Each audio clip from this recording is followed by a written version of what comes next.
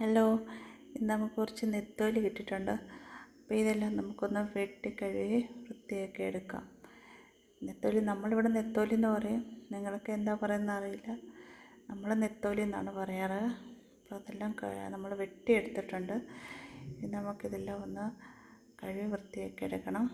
നമ്മൾ അത് വെട്ടാനെടുത്ത കത്രികയൊക്കെ ഒന്ന് കഴുകി വൃത്തിയാക്കിയതിന് ശേഷം നമുക്കത് ഉപ്പൊക്കെ ഇട്ടൊന്ന് തേച്ച് നന്നായിട്ട് കഴുകിയെടുക്കാം. ഉപ്പിട്ട് നന്നായിട്ട് തേക്കാം കേട്ടോ. തേച്ചിട്ട് വൃത്തിയായിട്ടൊന്ന് കഴുകിയെടുക്കാം. അങ്ങനെ ഉപ്പൊക്കെ ഇട്ട് നമ്മളത് നന്നായിട്ടൊന്ന് കഴുകിയെടുക്കാൻ പോവാണേ. മീനല്ലേ, നല്ല വൃത്തിക്ക് കഴുകിയെടുത്താലേ പറ്റുള്ളൂ. കണ്ടോ, കഴുകി വൃത്തിയാക്കി എടുത്തിട്ടുണ്ട്. ഇനി നമുക്ക് കുറച്ച് പരിപാടിയുണ്ട്. കുറച്ച് നമുക്ക് അച്ചാറിട്ടെടുക്കാം. ഇത് കുറേയേറെ ഉണ്ടല്ലോ, കുറച്ച് നമുക്ക് അച്ചാറിട്ടെടുക്കാം. കുറച്ച് നമുക്ക്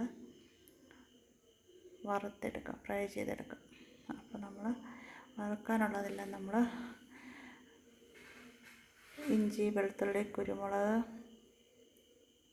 മഞ്ഞൾപ്പൊടി, മുളക് പൊടി എല്ലാം ഇട്ട് വെച്ചിട്ടുണ്ട്. അപ്പോൾ ഇത് നമുക്ക് അച്ചാറിനുള്ളത്. ഇത് മഞ്ഞൾപ്പൊടി, മുളക് പൊടിയും ഉപ്പും കറിവേപ്പിലയും കൂടി ഇട്ട് നമ്മളിതൊന്ന് ഫ്രൈ ചെയ്തെടുക്കാൻ പോകണേ. ഇത് കുറച്ചല്ലേ ഉണ്ടാക്കുന്നുള്ളൂ, അപ്പോൾ ഞാൻ വെളിച്ചെണ്ണയിലാണ് ഉണ്ടാക്കുവാണേ.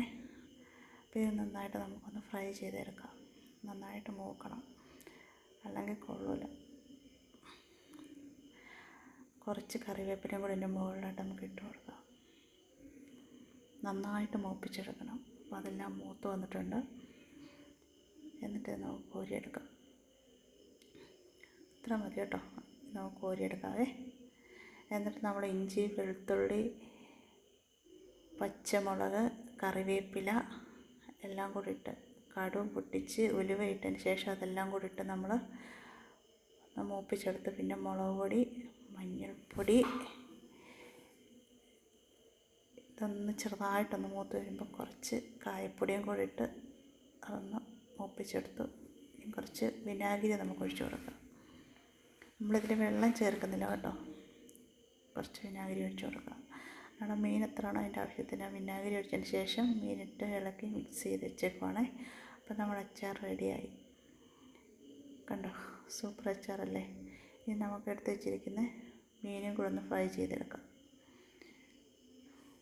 മീൻ നമുക്ക് ഫ്രൈ ചെയ്യാനായിട്ട് പാൻ വെച്ച് വെളിച്ചെണ്ണ ഒഴിച്ച് വെളിച്ചെണ്ണ ചൂടായി മീനിട്ട് കൊടുത്തു. അതെല്ലാം നന്നായിട്ട് നമ്മൾ മൂപ്പിച്ചെടുത്തു. ഫ്രൈയും റെഡിയായി.